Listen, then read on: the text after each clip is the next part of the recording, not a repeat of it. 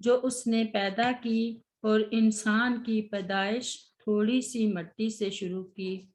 پھر اس کی نسل ایک حقیر پانی کے خلاصے سے بنائی، پھر اسے درست کیا اور اس میں اپنی ایک روح پھونکی، اور تمہارے لیے کان اور آنکھیں اور دل بنائے، تم بہت کم شکر کرتے ہو۔ اور فرمایا قُلْ مَن يَرْزُقُكُم مِّنَ السَّمَاءِ وَالْأَرْضِ أَمَن يَمْلِكُ السَّمْعَ وَالْأَبْصَارَ وَمَن يُخْرِجُ الْحَيَّ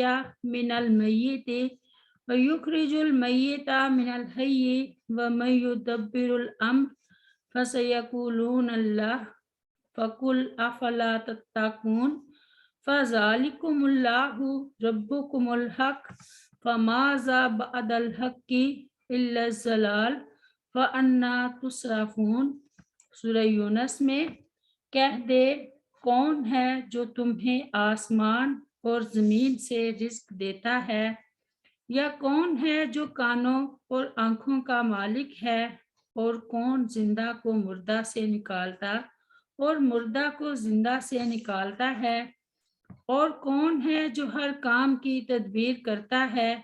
تو ضرور کہیں گے اللہ تعالیٰ۔ تو پھر کیا تم ڈرتے نہیں؟ سو وہ اللہ تعالیٰ ہی تمہارا سچا رب ہے، پھر حق کے بعد گمراہی کے سوا کیا ہے، پھر کہاں پھیرے جاتے ہو؟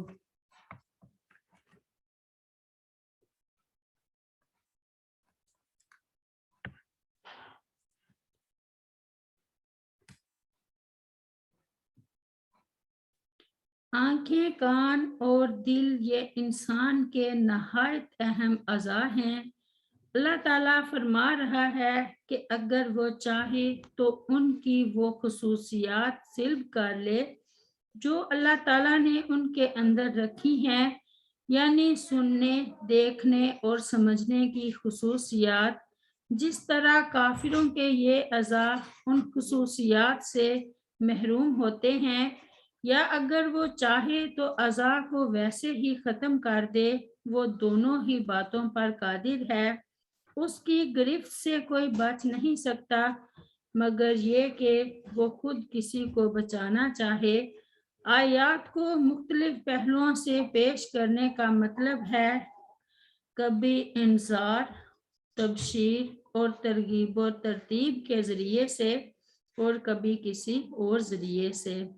آیت نمبر 47۔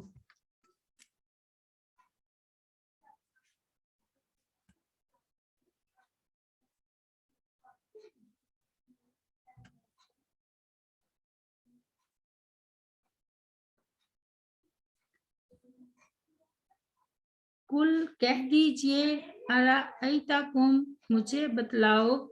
ان اگر اتاکم آ جائے تم پر عذاب اللہ اللہ تعالیٰ کا عذاب، بغتاتن یکا یک اچانک، او یا جہراتن لانیہ، حل یہلکو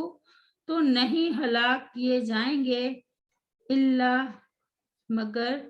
الا القوم الظالمون ظالم لوگ ہی۔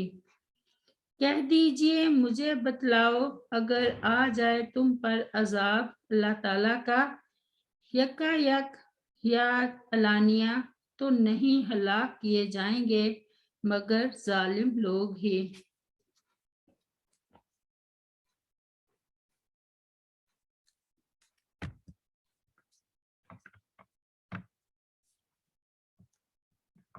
بغتاتن سے مراد وہ عذاب ہے جو اچانک اور کسی پیشگی اطلاع کے بغیر آئے،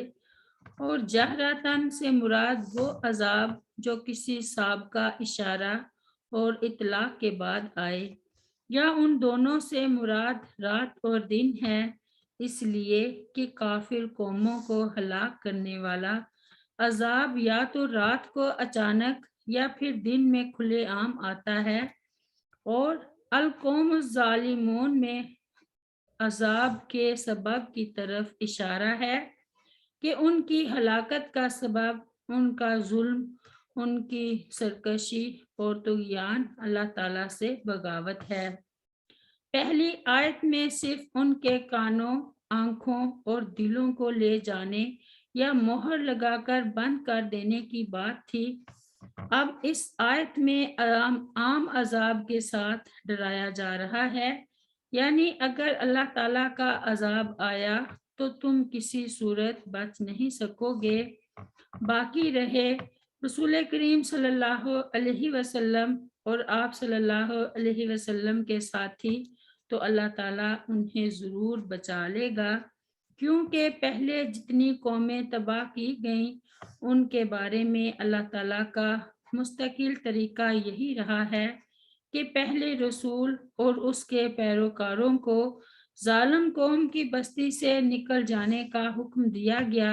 جب وہ نکل گئے تو ظالم لوگوں کو تباہ کر دیا گیا۔ حل یہلکو الا القوم الظالمون،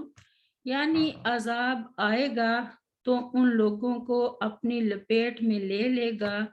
جو اللہ تعالیٰ کے ساتھ شرک کرتے ہوں گے، اور وہی صرف لوگ نجات پائیں گے جو اللہ تعالیٰ وحدہ لا شریک لہ کی عبادت کرتے اور اس کے ساتھ کسی کو شریک نہیں ٹھہراتے ہوں گے۔ ایسے لوگوں کو کوئی خوف ہوگا نہ غم، جیسے کہ اللہ تعالیٰ نے قرآن کریم میں ارشاد فرمایا، الذین آمنوا ولم یلبسوا ایمانہم بظلم اولئک لہم الامن وہم مہتدون۔ سورۃ الانعام میں وہ لوگ جو ایمان لائے اور انہوں نے اپنے ایمان کو بڑے ظلم کے ساتھ نہیں ملایا، یہی لوگ ہیں جن کے لیے امن ہے اور وہی ہدایت پانے والے ہیں۔ رب اغفر لی ولوالدی ولمن دخل بیتی مؤمنا وللمؤمنین والمؤمنات سبحان ربک رب العزت عما یصفون وسلام علی المرسلین والحمد للہ رب العالمین۔ السلام علیکم ورحمۃ اللہ وبرکاتہ۔